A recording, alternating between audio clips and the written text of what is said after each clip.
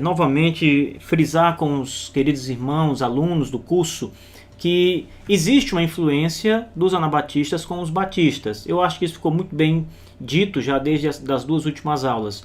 Então a eclesiologia dos anabatistas é uma eclesiologia que os batistas também confessam, o batismo de crentes apenas, todo esse aspecto eclesiológico dos anabatistas, os batistas abraçaram para si.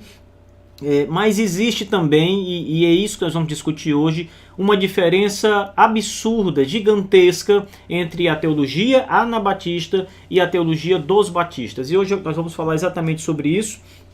E inclusive é curioso porque batistas e anabatistas têm pontos realmente em comum.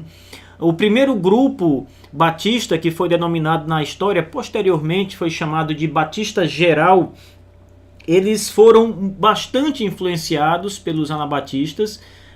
Uma leitura da história dos batistas gerais mostra isso com muita evidência, né? Os batistas gerais, primeiramente eles estavam, antes de se tornarem batistas, estavam na Inglaterra, então migraram para a Holanda, fugindo da perseguição.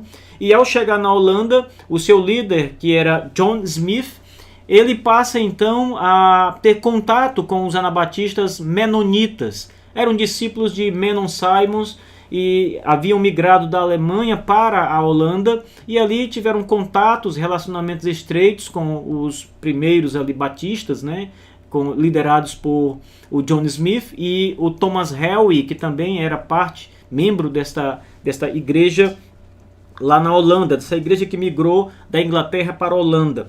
E esse relacionamento inicial de John Smith com os anabatistas menonitas, de certo modo trouxe algum tipo de mudança naquele primeiro grupo, e eles então começaram a ser influenciados pelos anabatistas menonitas, de tal forma que John Smith termina abandonando aquele primeiro grupo, ele deixa aquela congregação.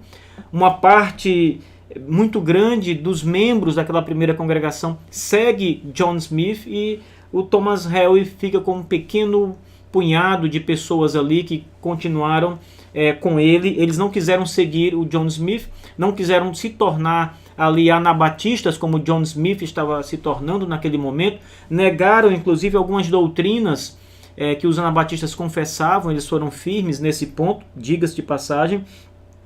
E depois disso, o Thomas Helwig ele acaba voltando para a Inglaterra com aquele pequeno grupo de irmãos. Na Inglaterra, o Thomas Helwig morre, e depois que, com a morte do Thomas Helwig, os seus discípulos ali, as pessoas que estavam fazendo parte daquela primeira igreja, que já havia inclusive se disseminado em outras igrejas menores, eles começam a manter contato com os anabatistas da Holanda. Eles começam então a se relacionar através de cartas. Inclusive os batistas propõem uma aliança, uma união com os anabatistas menonitas. Esse conjunto de cartas existe hoje, é possível inclusive ler esse material. Só que os anabatistas rejeitam o pedido dos batistas, eles não aceitam se unir em um grupo só. Inclusive nas cartas eles dizem de modo muito aberto que não é possível essa união porque é uma discordância teológica em alguns pontos, de modo que eles não veem como possível receber os batistas. No caso ali eram os batistas gerais, foram os únicos grupos de batistas que tiveram contato com os menonitas, e essa influência toda, essas correspondências sendo trocadas entre os grupos, o envio de mensageiros, foram exclusivamente os batistas gerais que procuraram essa união. Então os anabatistas negam esse primeiro contato, essa primeira proposta de união, eles negam isso,